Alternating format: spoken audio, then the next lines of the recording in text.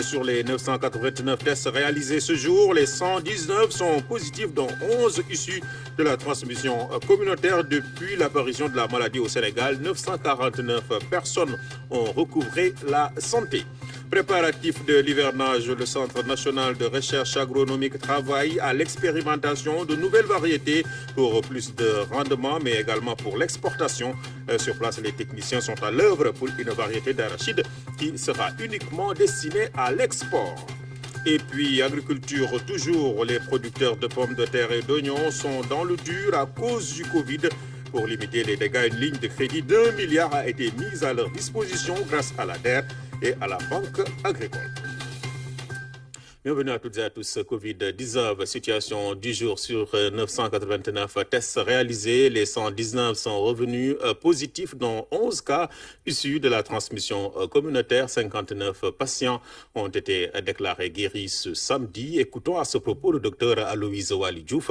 C'est le porte-parole du ministère de la Santé au micro de nos équipes. Je m'en vais vous lire le communiqué rectificatif de ce jour, samedi 16 mai 2020. Le ministère de la Santé et de l'Action sociale a reçu les résultats des examens virologiques ci-dessous. Sur 989 tests réalisés, 119 sont revenus positifs, soit un taux de positivité de 12,3%. Les cas positifs sont répartis comme suit. 108 contacts suivis par nos services, 11 cas issus de la transmission communautaire répartis entre Grand Yoff 2, Soprim 2, Dalifort 1, Touba 2, Popenguine 2, Linguère 1 et Pikine 1. 59 patients hospitalisés ont été contrôlés négatifs et déclarés guéris. 7 cas graves sont pris en charge dans les services de réanimation de l'hôpital Fann, 1 cas grave, et de l'hôpital principal, 6 cas graves. L'état de santé des autres patients hospitalisés est stable. À ce jour, 2429 cas ont été déclarés positifs, dont 949 guéris, 25 décédés et 1454 sous traitement.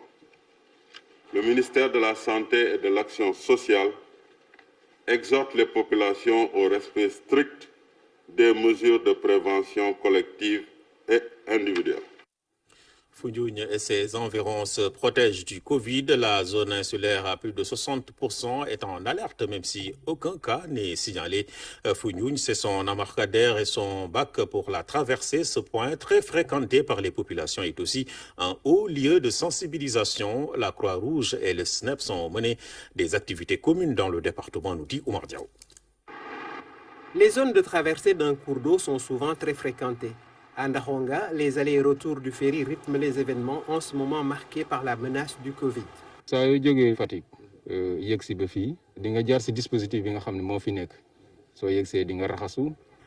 de zone refuge entourée d'eau, Foundiougne salue l'action de sensibilisation conduite par le ministère de la Santé. Vous pouvez dire que Foundiougne est une zone très particulière parce que c'est à plus de 60% insulaire. Nous n'avons que 2 postes de santé terrestres. Nous venons de terminer une caravane qui a été entièrement organisée avec le SNEPS. Dans tout le département de Foundiougne, comme ici à Soum, les populations se sont mises à l'heure de la prévention. C'est une bonne chose pour mieux encore sensibiliser les populations parce que peut-être il y a une frange qui jusque-là, alors la sensibilisation reste, mais quand même le ministère est en train de se déployer. Des systèmes simples et pratiques de lavage des mains sont aux différents coins de rue. Un bidon avec de l'eau, du bois, une corde et du savon. C'est un dispositif un peu traditionnel, mais vraiment qui est un peu adéquat avec notre réalité.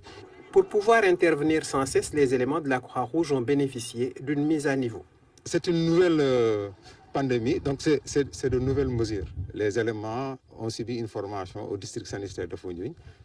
Agents du SNEPS et ceux de la Croix-Rouge ont travaillé ensemble, mais les seconds voudraient être bien renforcés en logistique. Nous travaillons avec les moyens du bord et avec l'apport de certaines bonnes volontés. Quelquefois, il nous arrive de manquer de tout, il nous arrive même de sortir de notre poche. En dépit de la faiblesse des moyens disponibles, les braves volontaires sont sur le terrain des aurores au crépuscule pour que le Covid ne puisse jamais emprunter le bac de Foundiougne.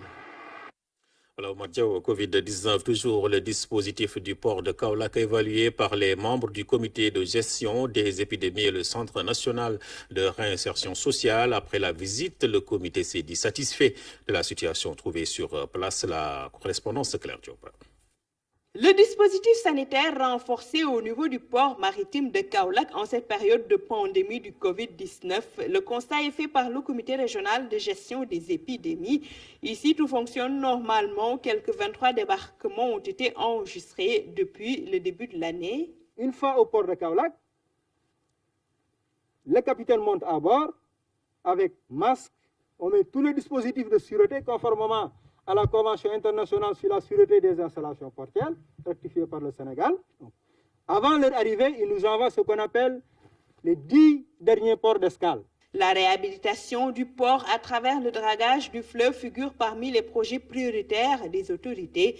Malgré le contexte actuel, la confiance de certains partenaires est retrouvée. Beaucoup de navires accostent par ici, non sans contrôle sanitaire. Avant d'accéder au port de Kaolack, il faut passer d'abord par Dakar pour une visite sanitaire. Une fois la visite sanitaire certifiée par les médecins qui sont à Dakar, ensuite, ils se dirigent vers le port de Kaolack. Une fois sur Rade de Djifer, ils mouillent l'ancre, c'est-à-dire ils stationnent sur Rade de Djifer. Djifer, c'est à quelques 120 km d'ici. Ils attendent là-bas pour une inspection avant d'entrer au port de Kaolack. Renforcer la vigilance au niveau de toutes les frontières, telle est la démarche du comité pour éviter tout risque de contamination. Qui dit obstacle naturel ici dit possibilité pour certaines personnes peut-être qui n'auront pas des possibilités compte tenu du dispositif de restriction de la circulation terrestre. Ces personnes-là pourront être tentées peut-être de passer par la mer. C'est une des raisons qui nous ont poussé à venir visiter le port. L'autre raison, c'est que ce port aussi est ouvert sur l'extérieur du pays. Parce qu'une fois au niveau de Djifer, la pointe de Sangomar, au-delà, vous avez toute l'océan. Autre site visité par la délégation, le Centre national de réinsertion Imam Hassan Sissé de Sing Sing à Kaolack. La nouvelle orientation des autorités est d'aménager des structures extra-hospitalières pour y placer les sujets asymptomatiques du coronavirus. Une meilleure prise en charge est visée. Dans la région de Tambacounda, c'est le département de Koupentoum qui a été choisi pour le lancement de la distribution de l'aide alimentaire d'urgence. Les bénéficiaires saluent ce geste de haute portée humanitaire, nous dit notre reporter sur place, Tchorodia. Les opérations de distribution de kits alimentaires se poursuivent dans le Sénégal oriental. Après Salémata, c'est au tour de Koupentoum d'abriter le lancement pour la région de Tambacounda. Ici, plus de 53 000 ménages sont ciblés. Les populations bénéficiaires de la région de Tambacounda, 53 887 ménages environ, recevront ces kits pour une valeur monétaire de 66 000 francs CFA. Un effort important, énorme, consenti par l'État du Sénégal, par la volonté de M. le Président de la République, en vue d'apporter l'appui nécessaire aux populations face aux effets négatifs liés à la pandémie du Covid-19. 1 million de ménages, environ 10 millions de Sénégalais.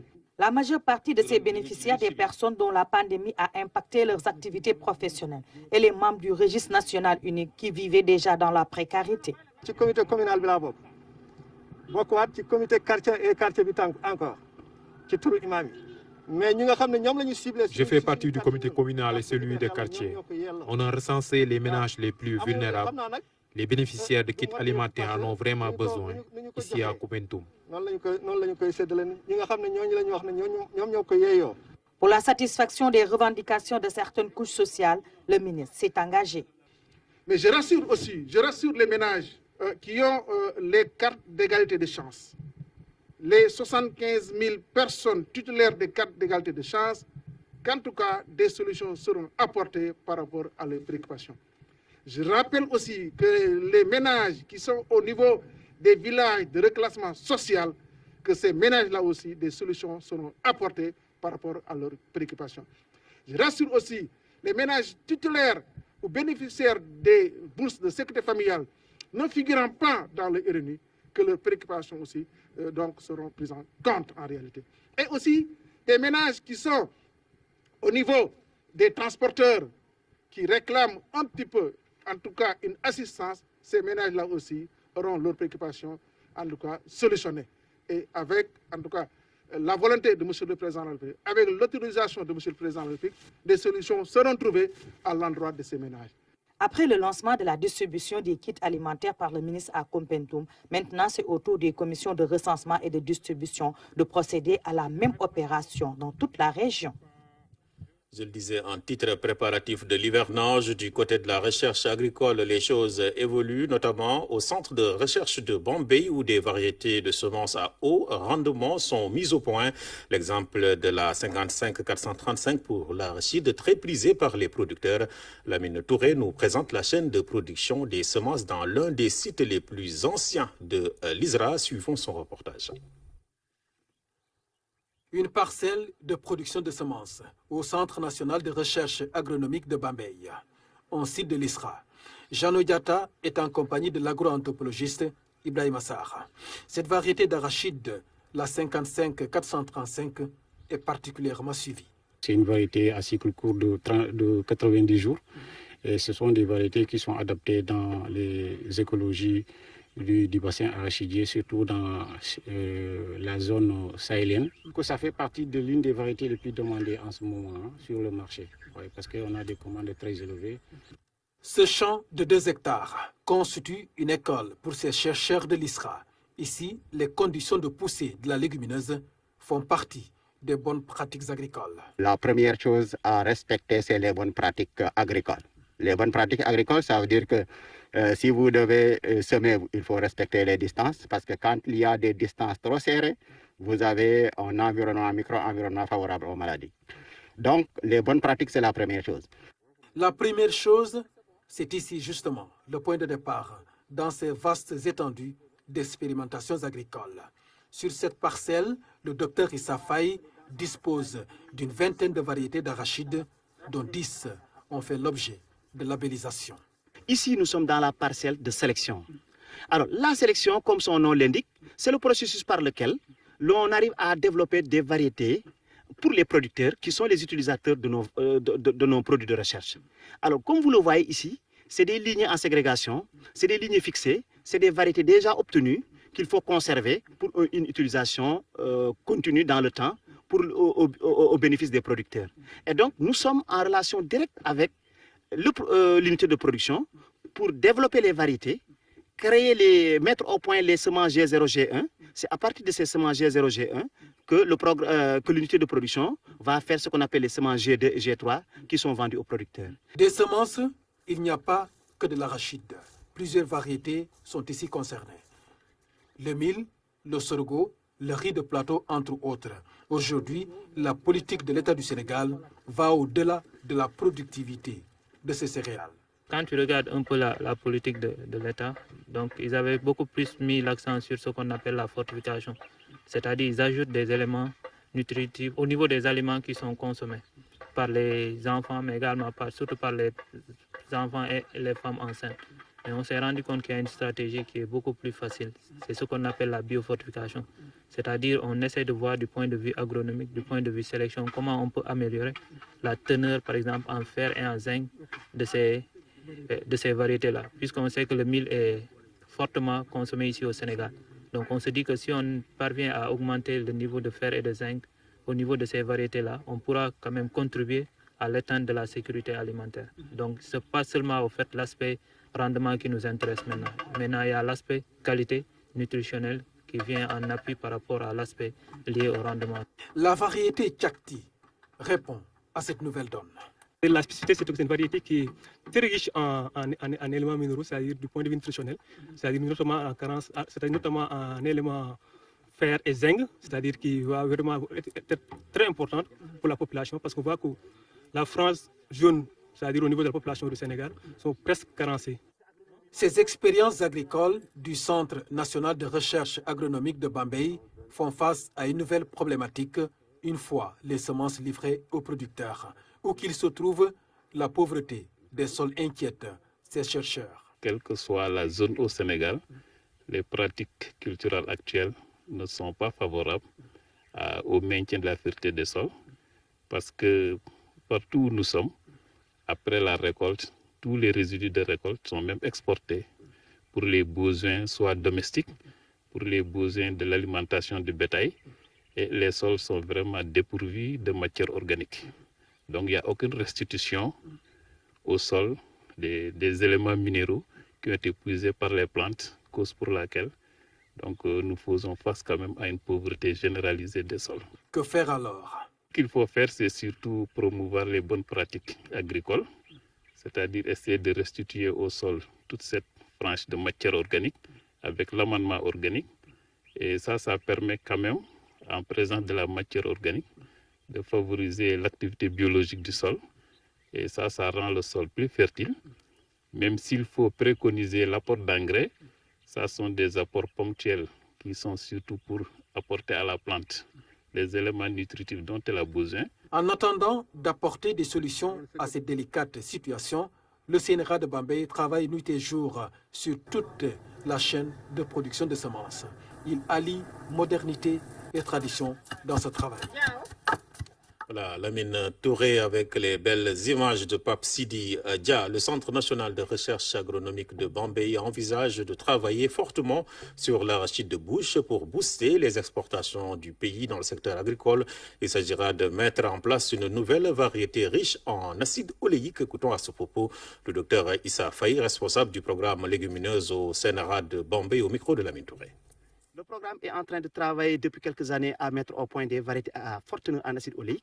C'est-à-dire, vous savez, jusqu'ici, nous avions des variétés qui étaient suffisamment riches en huile, mais sur le plan nutritionnel, ou bien sur le plan de la qualité de cette huile, nous avions des variétés pour lesquelles la teneur en acide oléique n'était pas très élevée. Et on sait aujourd'hui que le marché extérieur, en tout cas, si nous voulons rééquilibrer la balance entre l'arachide d'huilerie et l'arachide de bouche, il va falloir qu'on mette l'accent sur l'arachide de bouche un tout petit peu. Et l'acide oléique est un aspect important pour le marché extérieur. Et c'est pour cette raison que nous avons commencé un programme qui va au bout, en fin de compte, permettre à l'ISRA de mettre au point des variétés à forte teneur en acide oléique. L'acide oléique, c'est un acide qui se trouve dans l'huile et qui permet à cette huile d'être conservée pendant une longue durée, mais également qui permet de limiter les maladies cardiovasculaires. Et donc, c'est un double intérêt. Un intérêt au plan sanitaire, au plan médical, mais également un intérêt sur le plan conservation de cette huile sur une longue période. Nous reparlons des effets du Covid-19, notamment sur la filière oignon. À Podor, les producteurs peinent à écouler leur production.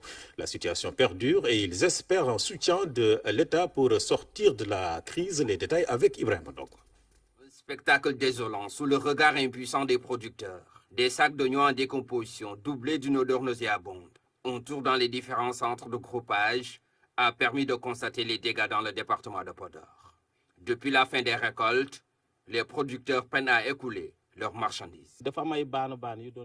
Il y avait des détaillants qui venaient se ravitailler chez nous, mais avec les mesures prises dans le cadre du Covid, ils n'ont plus la possibilité d'avoir un moyen de transport. Du coup, les invendus s'accumulent, une situation qui n'arrange aucun producteur. S'y ajoutent aussi les engagements auprès de certaines institutions de crédit. Ce qui se passe dans le département de Podor, c'est ce qui se passe dans tout le Sénégal. Mais plus particulièrement, ici au niveau de Podor, il fait très chaud. Vous avez vu le dégât sur place. Vous avez constaté de visu que tout l'oignon est stocké ici. Une grande partie est partie en perte. Nous sommes ouverts même aux commerçants qui achetaient une bonne partie de la production et se trouvent à Dakar pour savoir à quoi cela est dû. Mais les explications qu'ils nous ont fournies, c'est qu'à leur niveau aussi, avec cette situation, ils ont constaté une certaine lenteur dans l'évacuation de la production qui a été achetée, et ce qui s'est répercuté aussi sur les quantités qui devraient être enlevées au niveau des sites de production. Une période de grisaille qui nécessite une assistance aux producteurs. Devant une telle situation, la SAED apporte son soutien. En plus de l'accompagnement que nous faisons sur la production pour augmenter la productivité, mais aussi sécuriser la commercialisation, nous avons mené des actions. Et parmi ces actions, il y a donc c'est surtout l'équipement en matériel. Ces équipements sont surtout les bascules pour au moins faciliter le posage de la production qui doit être assistée par les commerçants, mais aussi des palettes que nous distribuons au niveau donc, des centres de groupage pour éviter à ce que donc, la production soit en contact direct avec le sol, ce qui peut améliorer en plus la qualité. Cet accompagnement de la SAED et de ses partenaires permettra sans doute de soulager les producteurs. S'y ajoute la réouverture des marchés qui va permettre aux producteurs de pouvoir écouler leur production. Autre filière fortement impactée, la pomme de terre. L'agence de régulation des marchés annonce une ligne de crédit d'1 milliard de francs CFA en financement de la DER et de la Banque agricole pour accompagner les acteurs qui sont au cœur d'une série de mesures. Les détails avec Aram Ndao. C'est alors que les importations d'oignons, de pommes de terre et de carottes ont été gelées et la campagne déjà lancée que le Covid est venu tout remettre en cause. Tout était parti pour une régulation correcte du marché. Avec l'ensemble des acteurs, on avait convenu des prix qui devaient être pratiqués au niveau de la campagne, notamment 200 dans les plateformes qui sont au niveau de la vallée pour l'oignon, 250 pour les plateformes d'Eignaï et 275 pour la pomme de terre, qui a été ramenée d'ailleurs à 200. Mais entre les petits producteurs d'Eignaï et les grands producteurs, il y a eu des contradictions parce qu'au début, les grands producteurs nous avaient informé qu'ils seraient dans le marché à partir de janvier. Et les producteurs d'Eignaï nous avaient dit qu'ils seraient là début mars. Mais malheureusement, au mois de janvier, les petits producteurs étaient là en même temps que les grands producteurs. Le Sénégal consomme en moyenne 7500 tonnes de pommes de terre par mois. L'arrivée instantanée des producteurs sur le marché a dû faire réagir l'autorité de régulation. Quand on déverse dans le marché sénégalais plus de 100 000 tonnes en même temps de pommes de terre, ça pose des problèmes.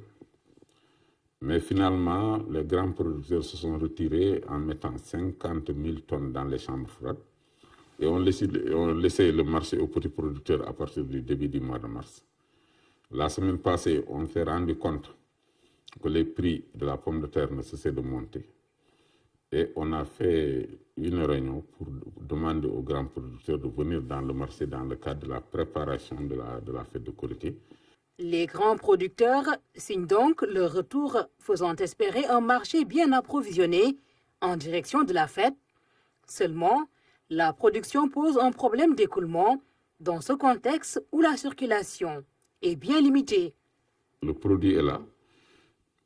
Il faut quand même appuyer les acteurs pour qu'ils puissent circuler de manière libre, aller au niveau des zones achetées. On est en train de travailler avec le ministère de l'Intérieur sur ça pour quand même que le produit soit disponible partout. Les maraîchers ont d'ailleurs fait cas de méventes qui pèsent lourd sur leurs activités. On a organisé des commerçants, à peu près une quinzaine, qui disposent à peu près de 95% de parts de marché au niveau du secteur, qu'on a organisé. On a tenu une réunion ici avec la DER, et la DER et la Banque agricole ont mis en place une ligne de 1 milliard pour appuyer la commercialisation. On est aussi en train de travailler avec le ministère des Finances et la SODIV pour que les chambres froides des marchés d'intérêt national soient mises à la disposition des acteurs. Le Covid et ses aléas confortent la nécessité d'organiser la production nationale, éviter les télescopages sur le marché, mais également disposer des moyens de stockage à même de garantir une disponibilité des produits, non plus sur 8 mois, mais sur toute l'année. Voilà, tout le monde a son masque anti-Covid obligatoire. Il vient se surimposer à un autre, celui de l'être. Le visage que nous projetons aux autres est celui qu'ils nous montrent. Sont-ils les vrais? Pas si sûr, tant, sans s'en rendre compte, l'être cherche à réduire à néant, à dissimuler des éléments de sa personnalité complexe. Masque sur masque, c'est une chronique signée Oumar Diaw. Jusqu'à ce que l'indésirable invité débarque à la station Monde venant d'on ne sait vraiment où, nous portions tranquillement un masque invisible dont on ne se rendait même pas compte, à moins de le feindre ou de le dénier. Le perpétuel masque de la comédie humaine permanente, celui de la sincérité, du bonheur, de la dévotion, de la sagesse, du devoir, du savoir et de l'avoir. Personne n'a jamais trouvé dans son berceau ou sur sa natte à même le sol, dans sa valise bébé cossue, au milieu de couches de langes et d'autres talismans supposés protecteurs, cet accessoire. En fait, c'est progressivement que l'on acquiert, que l'on se forge ou se tisse un masque à partir de matériaux ramassés dans l'environnement social, familial et professionnel. Ce masque des complexes, des frustrations, des prétentions et des échecs est clairement l'une des choses les mieux partagées partout. Selon les cultures, le masque peut être plus transparent ou plus opaque. Quel exercice laborieux que de vouloir jauger et juger les véritables intentions derrière les barrières immatérielles qu'on a du mal à se figurer. C'est souvent le peu de bonne conscience qui pousse finalement à tomber le masque s'il ne le fait pas tout seul. Oui, parce que son destin n'est pas l'éternité de la tombe. Et quand cela se produit, l'homme apparaît tel qu'en lui-même avec son vrai visage, nu ou enveloppé dans un nouveau, celui contre le Covid. Et puisque l'actuelle rhétorique renvoie à la guerre, gardez à l'esprit que ne pas s'armer d'un masque, c'est comme pour un soldat, aller sans casque au front, une cible trop facile. Alors, masque sur masque, la chronique de Oumar Diaw. Surpoids, obésité et ramadan font-ils bon ménage? Notre nutrithérapeute répond affirmatif. Selon le docteur Tamba, le ramadan est la période pour perdre plutôt du poids. Il est au micro de Koumba Diakhatemar dans la capsule ramadan. Dans la perte de poids, malheureusement, les régimes ne marchent pas, les médicaments ne marchent pas. Ça veut dire quoi? Quand la personne adopte un régime, c'est généralement tellement contraignant et restrictif qu'elle ne peut pas faire ça toute sa vie. Et dès qu'elle arrête, ça revient. C'est ce qu'on appelle le phénomène yo-yo. Les médicaments aussi, c'est la même chose. Vous pouvez perdre des kilos sous traitement, mais dès que vous arrêtez, vous reprenez vos kilos parce que c'est plus sur les signes que vous agissez. Alors que la perte de poids doit se faire au niveau de la source, c'est-à-dire la carence micronutritionnelle. La meilleure façon maintenant de perdre du poids, c'est d'espacer les repas. Et quand on parle d'espacement de repas, vous voyez donc, c'est le jeûne qui est vraiment le meilleur moyen pour perdre du poids. Et ça, moi, personnellement, c'est ce que j'utilise quand j'accompagne des gens par rapport à la perte de poids. On essaie au maximum d'espacer les repas pour aider maintenant l'organisme à aller puiser dans les réserves.